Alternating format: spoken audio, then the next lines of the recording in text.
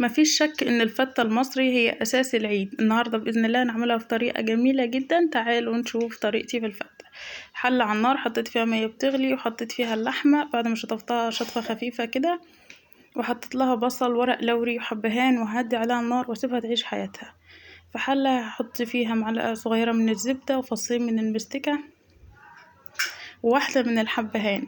وهنا عشان هعمل الرز هكون غسلة الرز كويس وابدأ ان انا اديله تشويحة. وده رز مصري، كل كوباية رز بتحتاج كوباية من المية او الشوربة. حط ليها شوية من الشوربة يغطي الرز. وخدنا كده حتة من اللي هي بتاعت اللي في اللحمة، وهبدأ ان انا احطها عليهم. وهنا السعوديين بيعملوها كده. هقلب الرز، حسيت ان هو محتاج شوية شوربة كمان زودتله. بعدين هسيب لما يشرب المية بسيبه، بهدي عليه النار وبسيبه لغاية ما يستوي معايا. في الجريل بقى او الطاسة هحط معلقة صغيرة جدا من الزبدة وابدأ ان انا انزل باللحمة عشان تاخد لون، مع رشة ملح وفلفل اسمر. هدي بقى للحمة تحميرة حلوة كده، وبعدين من كل الجوانب. في الوقت ده هجيب العيش وابدأ ان انا اكسره. وهنا انا بستعمل العيش اللي هو بيكون مقمر على طول جاهز. لو مش جاهز بنجيب العيش البلدي عادي وبنحمره في حتة زبدة في الفرن. اللحمة اتحمرت معايا، اجيب شوية توم كده حلوين، وبعدين هضيف عليهم معلقتين كبار من الخل لما التومة تحمر. وعندي طبق شوربة من اللي انا عاملاه، هضيف نص كمية الخل بالثوم عليه، والنص التاني هضيف عليه صلصة.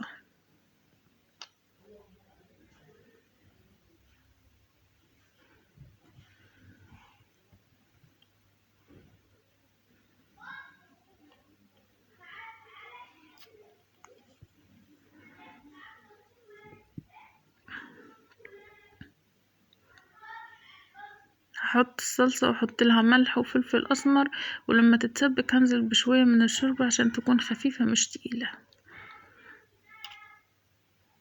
بعد كده ده العيش جاهز معايا، وعندي الصينية احط فيها العيش، احط عليها الشوربة واسيبها كده شوية. وده الرز اللي انا كنت عاملاه. وهبدأ بقى ان انا احط طبقة من الرز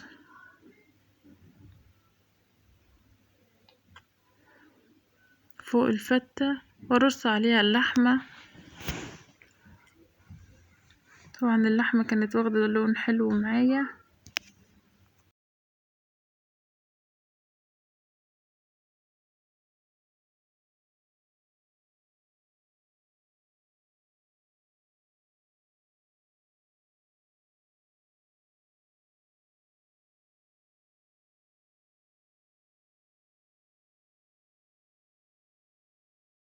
كده بقى انا رصيت كل كمية اللحمة. هاخد بقى من الصلصة اللي معايا وابدأ ان انا احطها في الجوانب.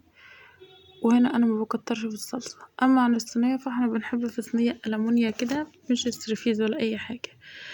انا كده خلصت فيديو النهاردة. لو عجبكم الفيديو فضلا تدعموني بلايك عشان الفيديو يترفع. كل سنة وكل حضراتكم طيبين. اشوفكم على خير في فيديو جديد. دمتم سالمين في رعاية الله.